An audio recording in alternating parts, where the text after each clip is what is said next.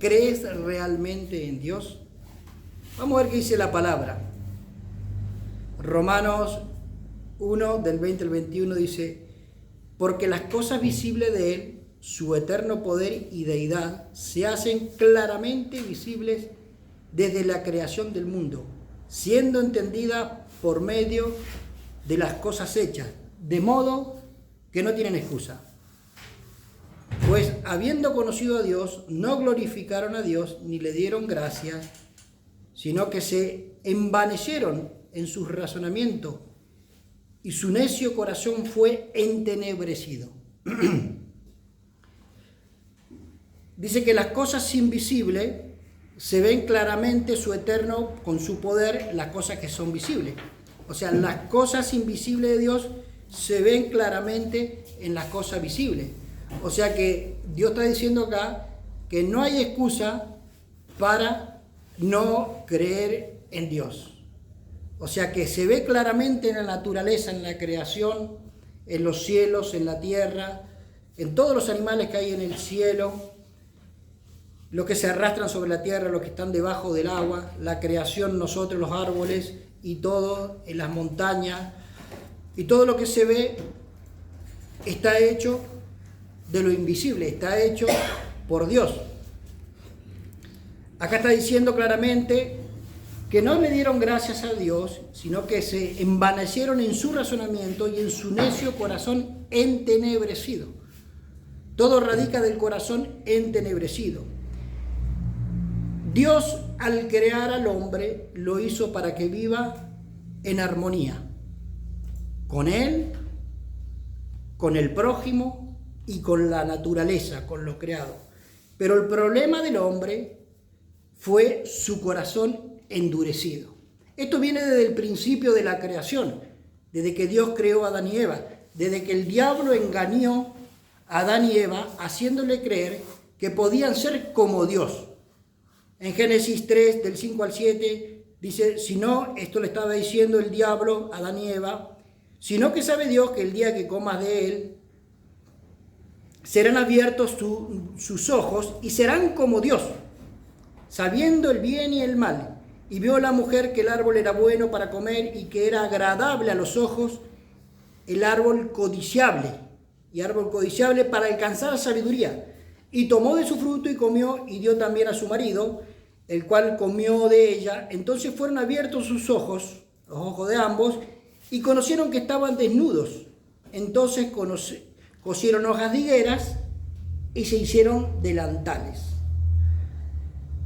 El hombre, desde el principio, estamos hablando de hombre en plural, hombre y mujer, el ser humano, desde el principio de la creación, se quiso independizar de Dios, diciendo o haciendo, pensando lo que está bien o lo que está mal, poniéndose en posición de Dios. Y en la actualidad, el diablo ha logrado engañar a muchas personas, haciéndole creer que son liberales, que son autosuficientes, que no necesitan de Dios para sobrevivir. Hoy por hoy, estamos viviendo en una sociedad que piensan que no necesitan a Dios.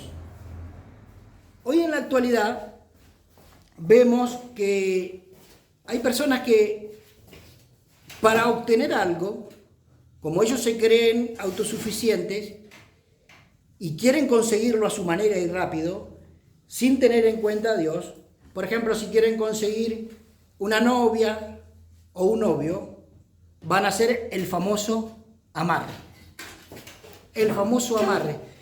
Pero usted cuando lo vea ahora, lo va a decir, pero ¿cómo? ¿Esto hay que hacer específicamente? No, hay miles de cosas que se pueden hacer específicamente. Los demonios están ahí esperando para cumplir tus sueños y tus deseos. Hoy por hoy la gente va a lo fácil. El diablo le hace creer que ellos son autosuficientes. Hoy vivimos en un mundo donde la gente sufre una tremenda falta de identidad. el pecado y el diablo han mareado a las personas con falta de identidad. Y para salir de esa falta de identidad, uno tiene que recibir a Jesucristo como Señor y Salvador, para tener identidad. Lo dice en Juan 1, del 12 al 13. Mas a todos los que le recibieron, a todos los que creen en su nombre, le dio potestad de ser hechos hijos de Dios, el cual no son engendrados de ser humano, de carne o sangre, o de voluntad de varón, sino de Dios. Amén. O sea, cuando uno acepta a Jesucristo, ya se corta esa falta de identidad por el pecado y el diablo, y uno pasa a ser espiritual, y Dios toma parte de la persona. ¿Cuántos dicen amén? Amén. Cuando uno recibe a Jesucristo, Dios perdona, sana y salva. Y Jesús te vuelve la verdadera identidad como un hijo de Dios. Hay cristianos que quizás viven alguna tormentita o algún problemita. Dicen ser cristianos, pero viven la tormenta. Están viviendo esa tormenta. Mi pregunta es, ¿usted delante de la tormenta se mantiene firme? ¿O tomas otras alternativas para salir adelante, como la brujería, como la mentira? ¿O toma otra alternativa? Si usted toma otra alternativa que no sea Jesús, es porque su fe no es firme, su fe no es contundente, tu fe no es sólida. En cambio, si la persona se mantiene firme delante de las circunstancias, quiere decir que su fe está fundada en Jesucristo. ¿Cuántos dicen amén? Amén. La palabra de Dios se va a hacer realidad en tu vida cuando Jesús se haga realidad en tu vida. Y Jesús va a hacer milagro en tu vida cuando la palabra de Dios se haga realidad en tu vida. ¿Se entiende? Jesús se va a hacer realidad en tu vida cuando la palabra de Dios se haga realidad en tu vida. Y Jesús va a hacer milagro, va a hacer cosas en tu vida cuando usted le crea la palabra del Señor. Nosotros, si confiamos en Dios, podemos vencer cualquier problema, cualquier tormenta, cualquier dificultad. Nosotros tenemos que saber que Dios es bueno. Su esencia es buena. De todo ser humano, de todo lo creado y de toda la cosa que tiene vida, Dios es sobrenatural y Dios no es hombre. Dios es bueno por sobre todas las cosas. Usted me podrá decir, bien, pastor, pero ¿cómo usted puede decir que Dios es bueno si usted no lo vio? Bueno, usted mire la naturaleza y todo lo perfecto lo creado. ¿Quién lo pudo haber creado sino Dios? ¿Quién lo pudo haber creado sino Dios? También tenemos a Jesús, que vino hace más de 2000 años, conforme a las escrituras de los antiguos, y que conforme a las escrituras murió y resucitó al tercer día por nosotros, e hizo milagros y sanidades, y antes de ascender al cielo dijo estas palabras dejando al Espíritu Santo. En Juan 14, del 28 al 26 dice así: Jesús dijo, no los dejaré huérfanos, amén. Vendré a ustedes todavía un poco y el mundo no me verá más, pero ustedes me van a ver, porque yo vivo, ustedes también vivirán. En aquel día, ustedes conocerán que yo estoy en mi Padre, ustedes en mí y yo en ustedes. Amén. O sea, Jesús dijo, yo estoy en el Padre en mí, y yo y el Padre vamos a estar en ustedes. Amén. El que tiene mis mandamientos y los guarda, ese es el que me ama. Y el que me ama será amado por mi Padre. Y yo le amaré y me manifestaré a él. O sea, la persona que guarda la palabra de Dios, el Padre lo amará y el Padre y el Hijo se manifestarán en la persona. Amén. ¿Con qué? Con poder. Con poder. Le dijo Judas, no el Iscariote, Señor, ¿cómo es que te manifestarás a nosotros y no al mundo? Respondió Jesús y dijo, el que me ama, mi palabra guarda.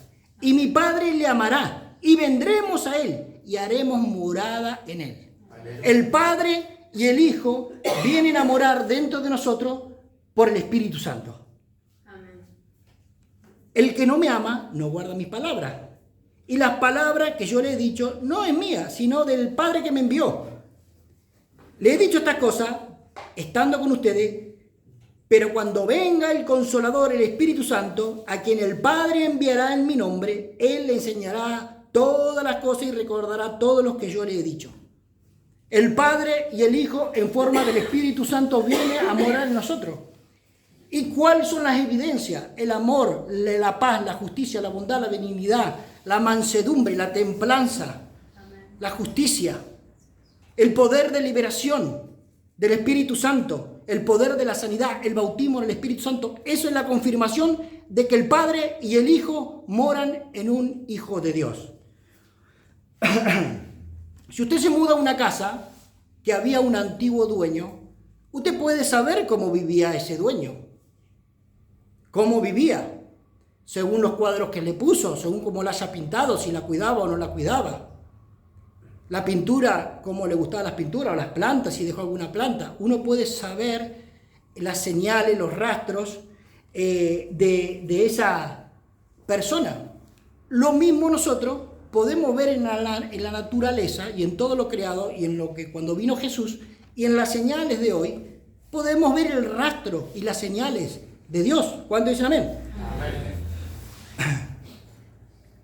En la Biblia está registrado el mundo que Dios creó. En el mundo está registrado, en la Biblia, está registrado el mundo que Dios creó. En el Génesis 1:31 dice así, cuando Dios empezó a crear todo. Y vio Dios que todo lo que había creado, todo lo que había hecho, era bueno en gran manera. Y fue la tarde, la mañana del día sexto. Todo lo que Dios iba creando, Él iba corroborando que todo lo que había creado era perfectamente bueno. ¿Cómo un Dios, si fuera malo, puede crear tanta perfección? Solamente un Dios bueno puede crear lo que creó. También Dios creó a Adán y a Eva. Pero sabemos muy bien que ellos cayeron en pecado por el diablo, la tentación del diablo. Desde el día que tocaron de ese árbol prohibido, del fruto del huerto del Edén, de comer del árbol de la ciencia del bien y del mal. Y el mundo se convirtió en un mundo vacío, lleno de temor, sucio, lleno de desorden, lleno de oscuridad. Antes de que Adán y Eva vinieran al mundo, Dios creó todo para el ser humano. Lo creó todo para que vivan en orden. Y entonces las personas, hoy por hoy, que no tienen a Jesucristo, viven en un desorden mental, emocional, atrapados por el diablo y el pecado. El ADN del ser humano que no tiene a Dios, viven así, en un desorden, con falta de identidad, con ruinas, dolores y fracasos. Sin embargo, Dios prometió mandar a su Hijo, Jesucristo, a morir por nuestros pecados. Y Él nos devuelve la verdadera identidad y nos vuelve a traer a ese mundo para que veamos toda la creación, porque cuando uno está en ruina, en dolor, en ceguera, no puede ver la creación, no puede ver lo bueno de Dios. Dios mandó a Jesús por nuestros pecados. Juan 3:16 dice, porque de tal manera Dios amó al mundo que ha dado a su Hijo, para que el que cree no se pierda, mas tenga vida eterna. Toda persona que no tiene a Jesús está perdida, está cegada, no puede ver ni lo que tiene por delante, ni el día de mañana, porque está perdida. Jesús, el Hijo de Dios, vino a cumplir una misión. Vino a cumplir una misión y lo dejó plasmado en la palabra y en todo lo que hizo. Mire lo que dice la palabra en Lucas 4, del 16 al 21. Cuando Jesús fue a una iglesia, cuando iba a empezar su ministerio, se paró en una sinagoga, en una iglesia. En Lucas 14, del 16 al 21, vino Jesús a Nazaret, donde él se había criado. Y en el día de reposo entró en la sinagoga, conforme a la costumbre, y se levantó a leer. Y se le dio el libro del profeta Isaías. Habiendo abierto el libro, halló el lugar donde estaba escrito: El Espíritu del Señor está sobre mí, por cuanto me ha ungido para dar las buenas nuevas a los pobres. Los pobres quiere decir los pobres que están pobres de espíritu, que están amargados, que están dolidos. Me ha enviado a sanar a los quebrantados de corazón, a las personas que quieren un cambio sobrenatural, que están cansados de que le mientan, de que lo engañen. A pregonar la libertad de los cautivos los que están presos, que el diablo los tiene presos. La vista a los ciegos espirituales, que no pueden salir adelante. A poner en libertad a los oprimidos, los que el diablo oprime en sus pensamientos. Y a predicar el año agradable del Señor. Amén. Y enrollando el libro, lo dio al ministro y se sentó, y los ojos de todos en la sinagoga estaban fijos en él. Y comenzó a decirles: hoy se ha cumplido esta escritura delante de ustedes. Jesús vino a cumplir una misión y vino a los pobres, a los necesitados. Jesús vino a la tierra a predicar el evangelio a los pobres espirituales y a los pobres también materiales. Desde la caída de Adán y Eva, la humanidad está sumergida en la pobreza espiritual. Todos los nacidos de Adán no tenían Padre Celestial, ni palabra, ni vida eterna, ni un cielo. Éramos todos pobres espirituales. Pero sin embargo, al venir Jesús, nos devolvió esa riqueza. Hoy por hoy podemos decir: yo tengo un Padre Celestial, Él me dejó unas enseñanzas, yo soy rico en el Señor, en la tierra y en el cielo, me dio la vida eterna. Nosotros tenemos que estar profundamente agradecidos con lo que hizo Jesús, por su misericordia y su amor. El Señor también vino a los pobres materiales.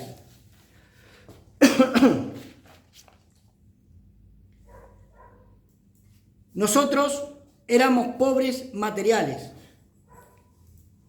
Antes de Dios crear a Adán y a Eva, todo lo creó antes para que ellos no pasaran ninguna necesidad. Antes de crear a Adán y a Eva, creó todo el mundo para que no tengan carencia. Preparó todo. La pobreza y la miseria no la trae Dios. La trae el pecado y el diablo. ¿Escuchó bien? La trae el pecado y el diablo. La pobreza es una maldición. Es una maldición y la trae el pecado y el diablo. Y Jesús cortó, pagó ese precio con la muerte y muerte de cruz. La miseria y la pobreza no le corresponde a un hijo de Dios. Porque Jesús vino a traernos de vuelta al huerto del Edén. ¿Cuántos dicen amén? Amén. Gálatas 3, del 13 al 14 dice así: Cristo nos redimió de la maldición de la ley. Nos liberó de la maldición de la ley, hecha por nosotros maldición, porque escrito está: maldito todo aquel que es colgado en un madero, para que en Cristo Jesús la bendición de Abraham alcance a los gentiles, a fin de que por la fe recibiésemos la promesa del Espíritu Santo. Jesús cargó los pecados de la humanidad y se llevó la pobreza y la miseria que que trajo el hombre por el pecado y el diablo. Jesucristo vino a dar las buenas nuevas a los pobres, predicando el evangelio, a traernos riquezas espirituales y riquezas materiales. La mayoría de las personas, cuando abren sus bocas, dicen: yo no puedo, yo soy pobre, ¿qué haré? Ese pensamiento bañado en pobreza y pesimista no puede llevar una vida de victoria. Hay que transformar el pensamiento y salir de ese estado de mendicidad en la mente. Hay personas que abren la boca y dicen: yo no voy a salir adelante, no puedo, no me voy a sanar, Dios no me va a prosperar. Hay que salir de ese estado de pobreza en la mente y en el corazón. Porque Dios no puede prosperar a una persona que piense así. Tenemos que reprender todo pensamiento de pobreza y de miseria y de escasez. Tenemos que reprenderlo y decirle: fuera te vas en el nombre de Jesucristo. Cuando el diablo venga a la mente y diga: no vas a prosperar, no te vas a levantar, no vas a crecer, te vas a quedar estancado, yo no te quiero en mi vida afuera, la palabra dice otra cosa. Jesús quiere que nosotros tengamos pensamiento de riqueza y de éxito en nuestra vida.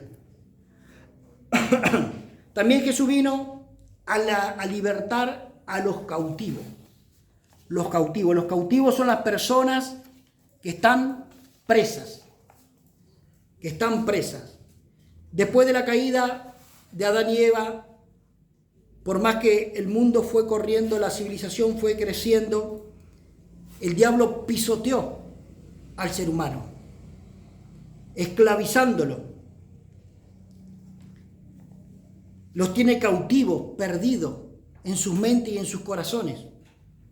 También Jesús vino a dar vida a los ciegos. Habla de los ciegos espirituales. La gente que no tiene a Dios está ciega. Está por ahí ciega y perdida. Es nuestro trabajo liberar a los cautivos. Darle vista a los ciegos a través de la palabra del Señor. Que el Evangelio nazca en sus mentes y en sus corazones. ¿Cuántos dicen amén? Amén. Usted es el que menos imagina que puede ser apto para el reino de los cielos. Ese es apto. El que menos imagina dice, este no va a querer. Este va a rechazar. Es el que más puede ser fiel y firme delante de los ojos del Señor. El que usted piense dice, este no se va a convertir. El que usted ve que más ciego es, usted le predica la palabra, empieza a dar fruto en sus corazones y el Espíritu Santo lo transforma y uno se puede sorprender del cambio. Nosotros éramos ciegos espiritualmente, pero Jesús vino a nosotros, derramó el Espíritu Santo para darnos luz y abrirnos los ojos. Nosotros ahora podremos ver al Padre, al Hijo y al Espíritu Santo y tenemos esperanza de ir al reino de los cielos. Y nuestra mirada tiene que estar en el cielo. ¿Cuánto dicen amén? Amén. También Jesús vino a los oprimidos, a libertar a los oprimidos. Hay personas que están oprimidas, que el diablo los tiene oprimidos con enfermedades. Muchas enfermedades son producidas por demonios. Muchas enfermedades son producidas por demonios. Y los tiene torturando en sus mentes y en sus corazones, en sus pensamientos, están torturados. No pueden salir de esa tortura en las mentes, porque Él los tiene oprimidos en sus mentes. Esas personas que andan ahí divagando y están atormentados, gritando, el diablo los tiene así. En Hechos 10:38 dice así: como Dios ungió con el Espíritu Santo y con poder a Jesús de Nazaret, y como éste anduvo haciendo bienes y sanando a todos los oprimidos por el diablo, porque Dios estaba con él. Amén. Jesús iba sanando a todos los oprimidos. Porque el peor problema es en la mente. Los ataques que vienen a la mente día tras día. Si nosotros estamos llenos del Espíritu Santo, conocemos la palabra de Dios, podemos tener una identidad firme. ¿Cuánto dicen amén? Amén. El diablo oprime las mentes de las personas y lo tienen esclavo, metiéndole pensamiento con cualquier cosa. Y los derriba y los derrumba. Y están ahí y no se pueden levantar. Había un muchacho que tenía un espíritu sordo mudo desde nacimiento. Y lo trajeron a Jesús. Y Jesús le dijo: espíritu sordo mudo, ¡fuera! Y él escuchó y empezó a hablar. Porque tenía un espíritu sordomudo. Le tapaba la boca, le tapaba los oídos, no lo dejaba hablar. Y Jesús lo sanó. Jesús también vino a predicar el año agradable del Señor. Cuando a usted se le predica, es el año agradable. Amén. Cuando escucha la palabra, es el año agradable. Cuando te predicaron, cuando usted le predica al vecino, es el año agradable. La gracia y el perdón vienen por Jesucristo. La gracia y el perdón vienen por Jesucristo. Nosotros, si tan solo creemos en Jesús, nacemos de nuevo por el Espíritu Santo. ¿Qué dice la palabra? Justificados pues por la fe, tenemos paz para con Dios por medio de nuestro Señor Jesucristo, porque también tenemos entrada por la fe a esta gracia en la cual estamos firmes y nos gloriamos en la esperanza de la gloria de Dios. Somos justificados por creer en Jesús. Somos justificados por la fe. Amén. En quien tenemos entrada por la gracia de Jesucristo. Si nosotros creemos en Jesús, nacemos de nuevo, en un nuevo ser, creado a la imagen y semejanza de Dios, como hijos de Dios. Antes el pecado te tenía aplastado, te tenía arruinado, el diablo te tenía preso. Pero hoy nosotros, los hijos de Dios, somos justificados, somos perdonados, somos levantados, somos bendecidos por la gracia de Dios. Y por último, 1 de Pedro 2:9. Dios nos ve a nosotros como linaje escogido, real sacerdocio, nación santa, pueblo adquirido por Dios, para que anunciemos las virtudes de aquel que nos llamó. Desde las tinieblas nos sacó a la luz admirable. Nosotros somos un real sacerdocio, somos hijos de Dios. Y todos nosotros, los hijos de Dios, somos buenos delante de Dios. Él nos acepta, nos levanta, nos bendice. Amén. Dios nos ve de su pueblo, somos de la realeza. ¿Cómo no creer en este Dios tan bueno y tan amoroso? Vamos a ponernos de pie.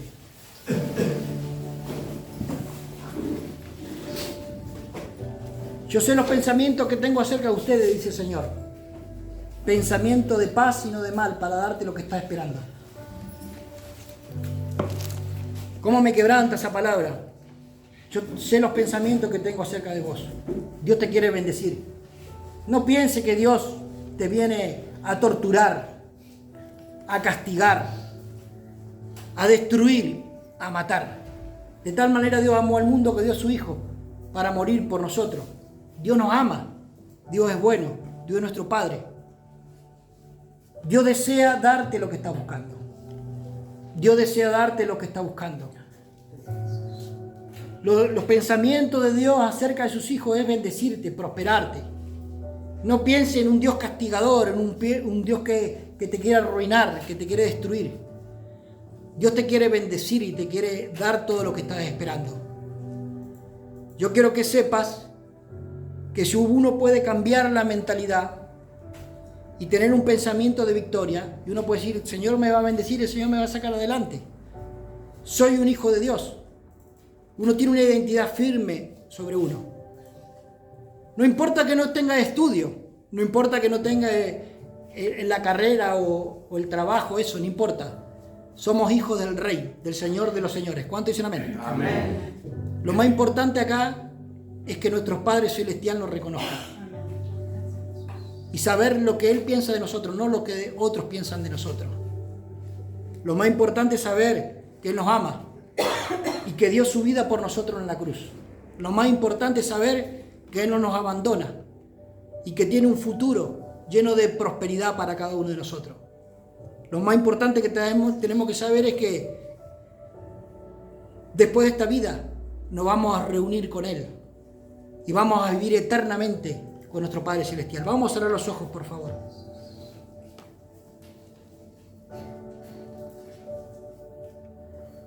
Todos nosotros, los que somos hijos de Dios,